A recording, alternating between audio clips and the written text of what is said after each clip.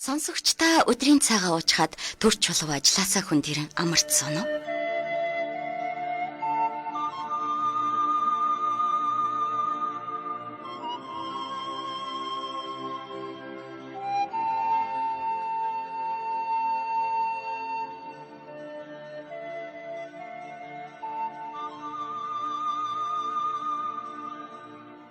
Таны богино амралтанд зориулж утга уран зохиолын яруу ихшгээр аялуулъя.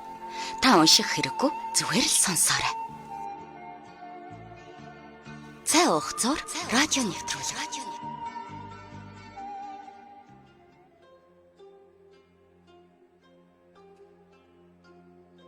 Самбай цогны өрхөмд сонсогчдоо та бүхэндээ өдрийн мэндийг хүргэе. Их Монгол радио сонсогч та бүхэндээ ажлын өдрийн даваа лавг баасан гариг бүрийн их үдийн 14 цагаас цай уух зур утга уран зохиолын цаг нэвтрүүлгээ өргөн барьдаг байгаа. Бид энэхүү нэвтрүүлгээр зохиолч Сэрчин Огтой өөр цайхын их хүн бодит амьдралаа сэтгүүлсэн хайрын дуучин 2 дугаар дэвтрийг албан ёсны зөвшөөрөл тохиор та бүхэнтэйгээ хуваалцаж байгаа. Ингээд зохиолынхаа үргэлжлэлийг та бүхэн хүлээн аван сонсноо.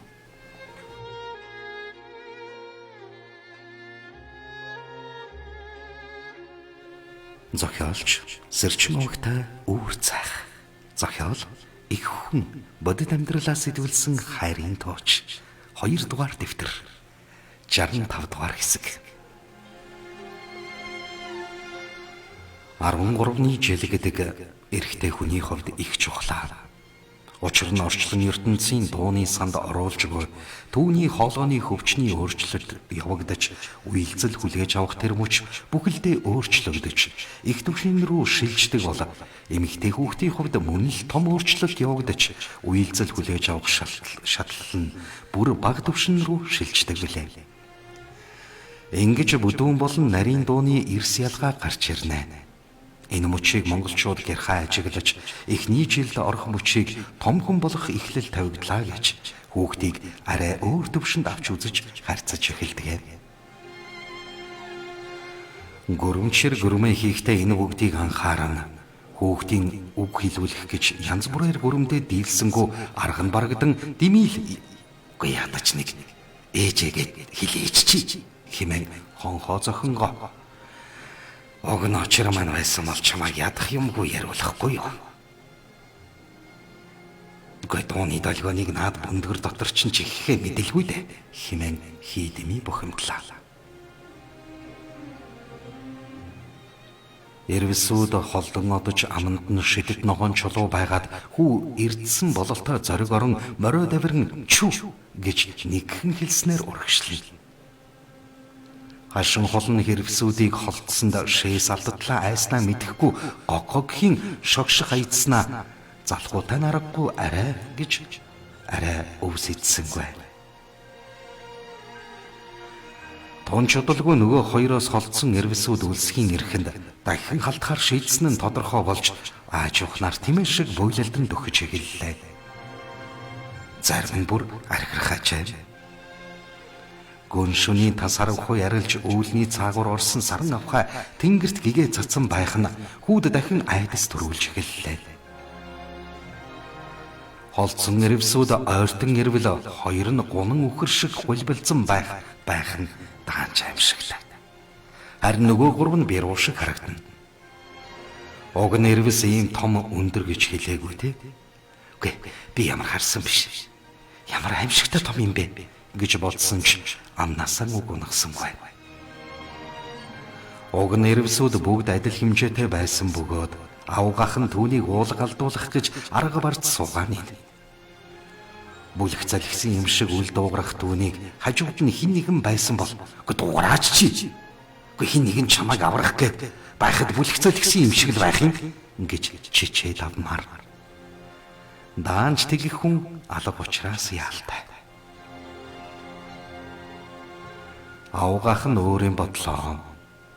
Гэхдээ энэ хүүгийн сурах эрдэмд ямар нэгэн зүйл гай болоод байна. Гэхдээ ингэж оюун санаанд нь нөлөөлж байхад үгүй ядаж нэг дуурч болно доо. Цай зөөр аргал бодхоос.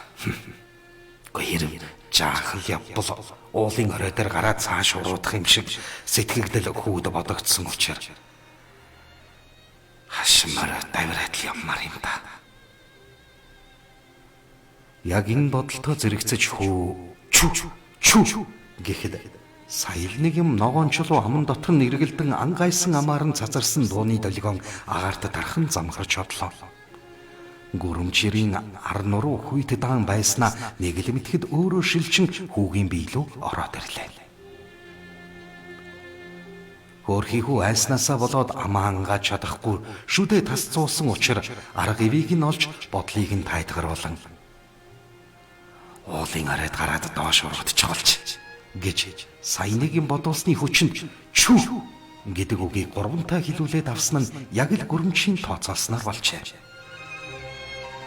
Альва дууны хүч гэдэг даанчилтвтэй бөөхөн тэнгэрээс хүч аван өвгдийн сүнс болон буухта хүмүүний биеийн төлөө солих гэж цан хингэрэг цохиж хураар хурдаж лам хүн чойжин буухта цан хингэрэг дэлдэн дамар цохин хонхоо шажигнуулсаар хүмүүн биений төлөө өөрчилж чаддаг бол гүрэмчирд ердөө л цаад хүний дуу хоолойноос гарах авиал чухал байдаг гэдэг нь эндээс харагдана.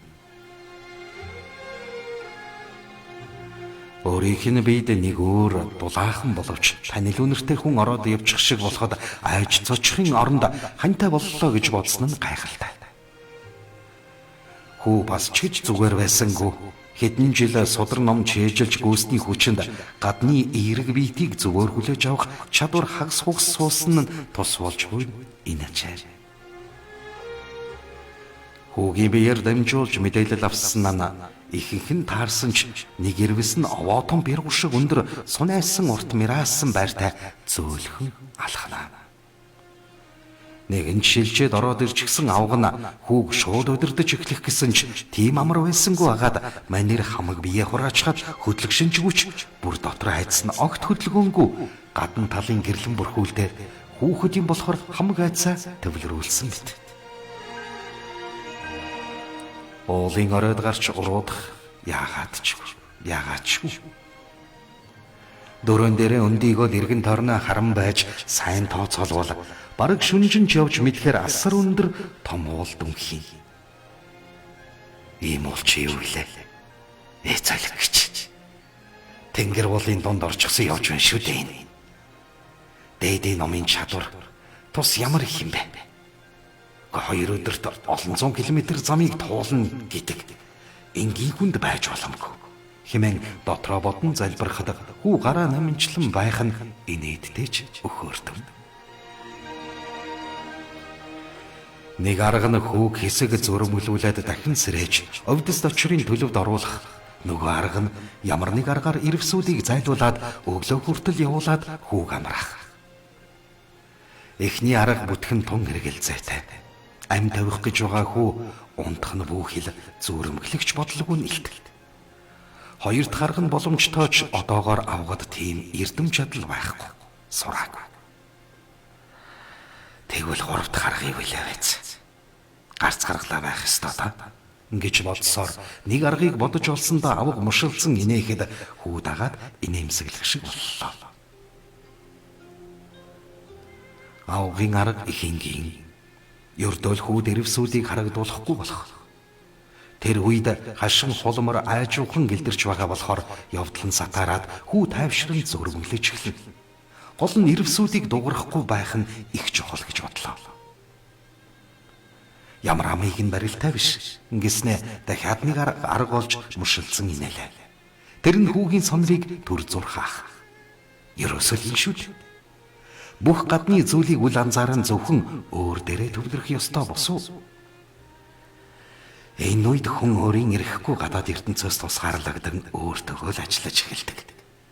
Учир шалтгааныг уг өөртөнч гэдэг энэ босуу. Мөр явхаас залхуурч эхлэх бололтооч ирвсүүдээс цэрвсэндээ өөрийн ирэхгүй хөлөө зөөврлөн ганц 2 дуртай дурггүй алхана. Ирвсүүдэд өгөөд ирэхээр гогхийн шогшингоо аидаад тэр үед ирвсүүд салж 2 нь урдуур хөндлөх маягтай нэг нь нилээд сүулдэж хоцрох араас нь гидэх аидаж байхад нөгөө 2 нь 2 талаар нь хашсаар ойртно. Хугацаа алдгал юм бол тайралт эхлэх шинжтэй. Эрвсүүдийг харах мэлмийн хаагдсан хүү гайхсан аятаа ийш тийш харахтаа хай хүй гэж гэнэ чангаар орилоход авг цацсандоо золтол вээс нь гараад явчихсангүй. Гоо зойлогч. Төрөний л ингээд уурч байхгүй. Хам гүрмийн ном судар зэмсэг ард орхиулаад хоосон сэтгэл авчраад ирчихлээ. Юм хийж болохгүй. Буянтаа гэдэг нь авгын амын уншлаг билээ. Уурлаж сугалтахаараа ингэж байнга үгэлдэг. Одоо эндээс гарч буцна гэдэг бас хэцүү. Гэхдээ өөрөөр ирэх биш. Бор ирэх маань эргэлдэж эхлэх байлгүй дээ. Тэр үед л эндээс урахгүй бол ингэж хүүг өөр төлөв шилжүүлчихэд хэрхэн буцхаа төлөвлөсөөр. Хүүг чанга орлох үед аманд нь байсан ногоон чулуу давтамжийг нь улам өндөрсгөн чихний хингэрг нь нүргэлэн юу болов гэмээр ер бусын цураа хадаж айсан эрвсүүд огол харайн бодроход хашин хээрчгсэн цочсондоо далбис хийгээ зог тусснаа. Дээрээ байгаа альбин чөтгөрийг унгай гисэн бололтоо гинэт огол харайн бүлгэж эхэллээ. Залуу хүү харин моринд сайн тогтдог гэдгийг авган мэдэх учраас айхадаг. Унаж л болохгүй шүү. Миний онтуулах төлөвлөгөөч өнгөр бололтой. Тогтоод байгаарай. Тогтоод байт юм шүү. Ингэсээр байлаа.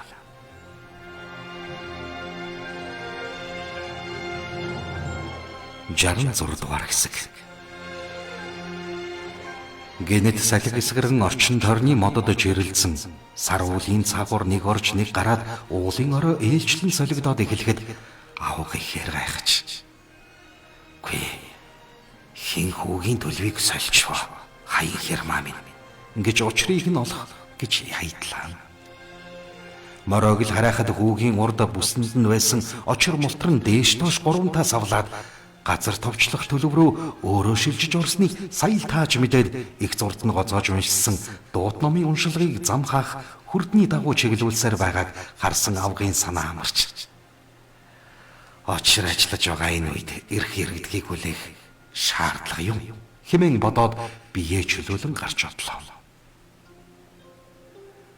Хангал морны нуруунд дээр хачиг шиг тогтдог хүүгийн тэнцвэр авах чадвар ингэж нэг тос боллоо. Ард үлдсэн эрвсүүдийн талаар дурдах нь илүү үзвэцээ. Бодвол нэг гинэт урагшлан сум хар хүмэт дүүлэн одсон хүү хүлэг хоёрыг хараад өн хилцгээ хагартлаа айцгаан ууланд байгаа хадны агуурууга зүгтан оцсон нь дамжиггүй. Харин гинти явдлаас самгарцсан хүү морин дээрээ тогтох гэсэн биш.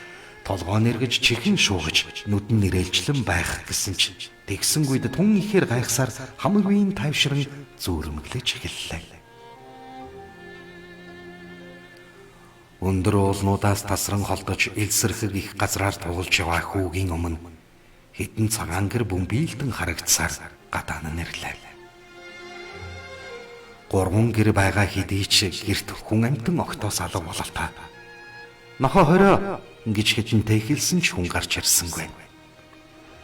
Хоёр талд нь цоохоронгтой нохоонууд гүйлдэж ирээд хөв гэж хутсаар байхч түүн рүү дөхөж ирэхгүй айсан маягтай холхон зогсноо.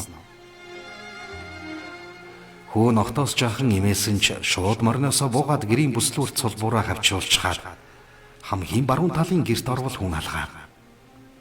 Гараа дунд талын гэрт орвол бас хүн алга. Зүүн талын гэрт орохдоо захун байсан байгаагүй. Үгүй нэг борцтой цаа чанж угаад явъя гэж бодсоор бос хораалхтал хөл алдан доошоо цөмрөн унах шиг боллоо. Хормын төдөд байсан орчин өөрчлөгдөн баахан хүн амтан хөлгөлдөж байгаа газар бууж ирэхдээ нэгэн худалдаачны өмнө зогсож байх юм гинэ. Тэр худалдаачныг сайн харвал авгах нь яхарахгүй мөн. Гэхдээ хүүг танихгүй байгаа нь их гачлантай бөгөөд зарж байгаа зүйл нь янз бүрийн жимс урд өмнө нь огт харж байгаагүй амттангуудаар дүүрэн зүйл өрчээ. Сайн байна уу авгахаа? Та энд юм зарж байгаа мó? Гэж хүүг лавлан асуухад тэрхүү худалдаачин хинчний авгах гэж арай үнгүй юм авах гэхээр энэ муусан гуйлагчд ах дүү гэж худал залахыг нь яа. Хүү гуйлагчин гэж хэлүүлсэндээ учиргүй гомдож ийм муухай авгах байсан юм уу? Тэгэхэд би үгэнд нь ороод алс холын аялалд гараад ирвсэнд бариулж идэвлэхэд өгөхөд хараа гэж нэг юм гоё газар ирлээ гэсэн чинь намайг танихгүй царайлаад байж гин хэмээн том нулим сунган хажуугийн лангуу руу явах гэхэд авг гараасан шангааж. Би энэ хүмүүст худлаа дүр харагдуулж байгаамаа. Энэ газрыг лас гэдэг юу гэж эндхийн хүмүүс ном уншлагтай хүнд юугаач хайрлахгүй өргөл өгөөд аврал даатгал хүсдэг. Одоо чи надад чэжилснээсээ хитэн ном уншаад өгч. Хэрв зүгээр чамд жимс ногоо өгвөл энэ хүмүүс намайг барай зодно. Тиймээс уншлагын хариулга болгож өргөл өгөх нэрээр нэлээд их идэх уух хоолунд жимс ногоотой өгье. Аль вэ хүү минь гисээр нүдээр мөн маш аяархан хэлэх шиг боллоо. Хүү чихэндээ итгэсэнгүй. Юугний та? Ингээд авга нь шанг дугаар. За хүмүүсээ. Энэ гуйлагчин харж байна уу? Дээдийн ном мэддэг гэж надад худлаа яриад байна. Алив цөмөрөө тойрч суугаад сонсъё. Ингэж худалдаачид энэ тэндээс цугларан хүүг тойроод зогсцоохон нэгэлж ихтэй.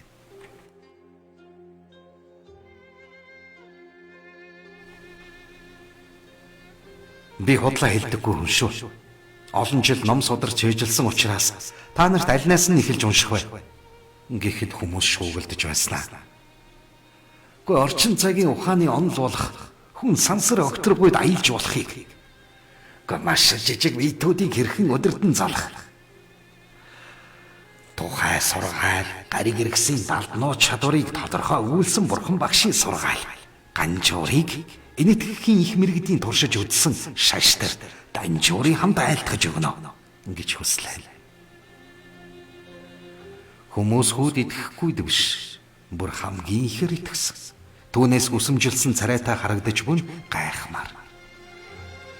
Харин авган л ганцхан түүнийг доголсон тавсан шинжтэй байх нь. Энэ олон хүмүүс надаас ийм хүсээд итгэ зогсож байхад цорын ганц таньдаг халуун биений минь тасрах. Нэг амьнэгт цус ижил авга минь яаж намайг ингэж дорд үзэж чадчихна гэж бодхоос арай л уйлсангүй. Тэр дороо завлан суугаад нүдэн анин төвлөрч ганжуур данжуурыг цээжээр урсгаж эхэллээ. Хүмүүс таг чимээгүй байх нь энэ газарт номын дуу ихэд өгүүлэгдсэних болов уу гэлтэй. Хүүгийн цангилсан хоолойг сонссон худалдаачид цаанаас нэмэгдэн ирж байгаа нь уншлагын завсар хүүгийн сонорт мэдрэгцээр л. Хичнээн уншсан бүүмэд нэг л мэдхэд хүмүүс түүнийг өргөөд аваад явж байв. Харин авга нь алга болжээ. Хүү цорын ганц мэдэх авгаа хайж. Гэхдээ та надад жимс нохоо хоолунд өгнө гэсэн бидтэй авгаа хэмээн орлохтой цочин сэрлээ. Ямар сонин зүйл вэ? Ингээд өвргөд арахад хэдэн зүйл тэмтрэгдэн гарт нь баригдах шиг боллоо. Өглөө болж үүр цайн тэнгэрийн хаяанаас юугүй нар тусах гээд асар хурц гэрэл тэнгэр цацарч байхагаад эзгүй илсэн зүлийн дунд морьтойгоо хоёулахнаа ирсэн байв. Морин идэх юм хайгаад олохгүй болохоор гайхсан байртай саяхан нойрноос сэрээд бие засахаар харайн буусан хүүгийн араас гарна. Сайн бие хөнгөлж аваад сая гарт нь тэмдэрэгдсэн зүйлийг дахин уудалж үзвэл нэг бөөрийнхий зүйлийн жимс хид байлаа. Түүний цан томбоогод бахаар нь дахиад тэмтрээд үзвэл хідэн 13 гараад ирэв. Хэн миний өөрт энийг хийдэг вүлээ гэж гайхширсаар бөөрийнхий зүйлийг хазаад авахд амт гэж хачин гоё. Арааны шүлс харааяндаа асгараад ирмэгц сая л таньж авган нэг удаа урд газар яваад ирлээ гэсээр өөрөөсөө гаргаад өгсөн алин гих зүйл байлаа. Ээж нь усын жимсэн чигтэйхэн дуртай бөгөөд авгын өгсөн хідэн алимыг багваагаараа зүсэж идсээр үлдсэн хидийг нь муудахчхаар "Үгүй энийг мэдсэн бол хүүдээ ахиухан өгдөг байж. Та надад хэлэхгүй яагаа вэ?" гэж авгадаа түнэрхэж байсныг саналаа. Юу болсон тухай тайлах гэж оролдохыг бичихч биевэр хүссэнгүй. Хожим тодорхой болох биз гэж бодоод зохиолоо цаашаа бичсэн нь дээр баг.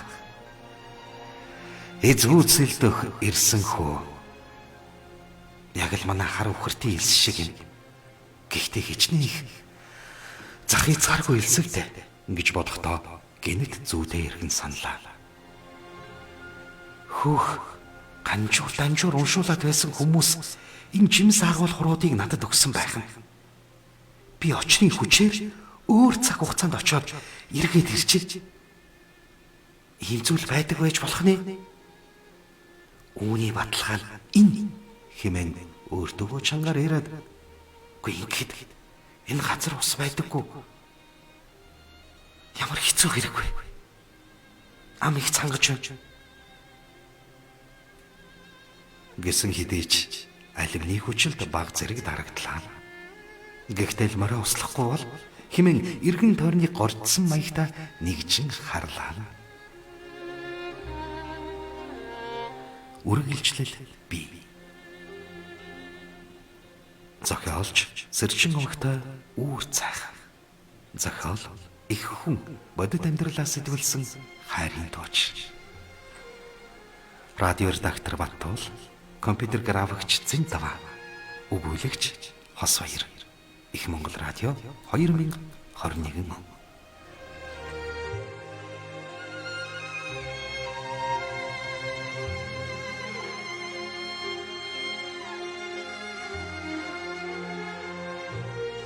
Сонсогчдаа их хүн номыг бүрэн ихээр нь худалдан авч уншихыг хүсвэл 88 10 17 14 88 10 17 14 дугаард холбогдож байгаа газраа хүргүүлнэ.